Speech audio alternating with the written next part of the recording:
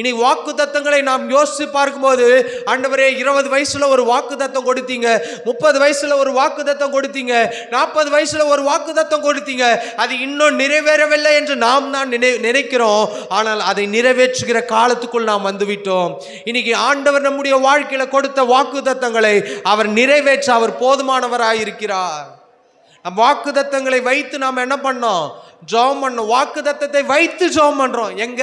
செல்ஃப்ல அல்லது செவுத்துல வாக்குத்தத்தத்தை வைத்து ஜெபம் பண்றோம். சிலர் செவுத்துல என்ன பண்றோம்? வாக்குத்தத்த ஸ்டிக்கரை வைத்து ஜெபம் பண்றோம். அப்படின்னா என்ன தெரியுமா? வாக்குத்தத்தம் அங்க இருக்கு, இங்க இல்லை. ஜனவரி 1ஆம் தேதி வாக்குத்தத்தங்களை என்ன பண்றோம்? ஆசையா வாங்குறோம். இன்னைக்கு அந்த வாக்குத்தத்தம் என்னன்னு கேட்டா தெரியாது.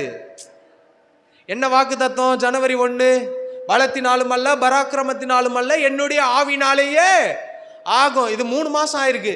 6 மாசம் கழிச்சு